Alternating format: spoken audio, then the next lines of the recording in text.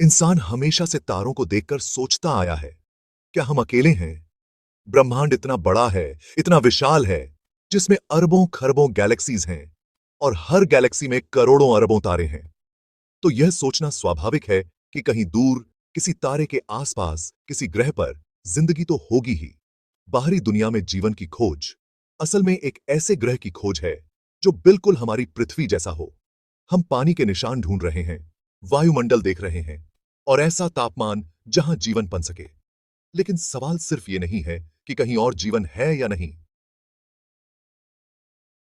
Rare earth hypothesis के हिसाब से धरती पर जीवन के लिए जो परिस्थितियां बनी, वो इतनी खास और इतनी अनोखी हैं कि शायद पूरे ब्रह्मांड में ऐसा दूसरा ग्रह नहीं होगा।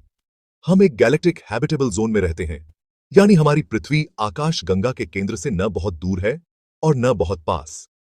हमारा सूरज, जो एक पीला बौना तारा है, वो अरबों सालों से लगातार ऊर्जा दे रहा है, जो जीवन के विकास के लिए बहुत जरूरी है।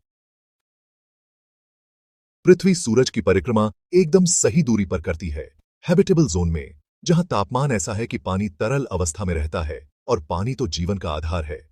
हमारे ग्रह की सक्रिय भूविज्ञान, जो एक पिघले हुए कोर से संचालित होती है, एक चुंबकीय क्षेत्र बनाती है जो हमें सूरज से आने वाली हानिकारक किरणों से बचाता है।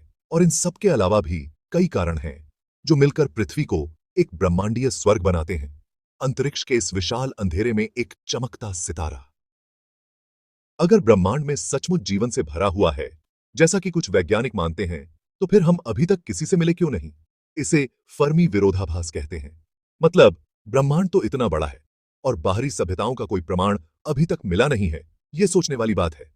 ऐसी सभ्यताएं अपनी उन्नत तकनीक के साथ अब तक तो पूरी आकाशगंगा में बस गई होती और उनके अस्तित्व के कुछ न कुछ तो निशान जरूर मिलते। लेकिन हमें बाहरी दुनिया के जीवन का कोई पक्का सबूत नहीं मिला है, फिर चाहे वो छोटे जीव हों या फिर कोई एडवांस्ड सभ्यता। तो क्या बुद्धिमान जीवन का जन्म इतनी आसानी से नहीं होता? क्या यह ब्रह्मांडीय लॉटरी सिर्फ धरती ने ही जीती है? धावन 4, अंतरिक्ष का खतरनाक रूप, अंतरिक्ष की कठोर सच्चाइयां। अंतरिक्ष एक बहुत ही खतरनाक जगह है, जहां ऐसी ऐसी जगहें हैं जो जीवन के लिए बिल्कुल भी ठीक नहीं है। कुछ ग्रह अपने तारों के बहुत करीब होते हैं, जहां बहुत ज्यादा गर्मी होती है, और कुछ बहुत दूर, जहां सब कुछ जमा हुआ है। अंतरिक्ष में जीवन का बचे रहना बहुत ही मुश्किल है, और यही चीज धरती को और भी ज्यादा खास बनाती है। धावन 5, जीवन के मूल तत्व, पानी और ऑर्गेनिक मॉलिक्यूल्स। पानी, जो एक सार्वभौमिक विलायक है, जीवन के लिए बहुत जरूरी है। हालांकि ब्रह्मांड में पानी बहुत है, लेकिन यह अक्सर बर्फ या भाप के रूप में पाया जाता है, न कि तरल अवस्था में, जो जीवन के लिए बहुत जरूरी है। ऑर्गेनिक अणु, जो जीवन के निर्माण खंड हैं, कार्बन युक्त जटिल अणु होते हैं। इन मॉलिक्यूल्सों को जीवित जीवों में बदलने के लिए परिस्थितियां बिल्कुल सही होनी चाहिए।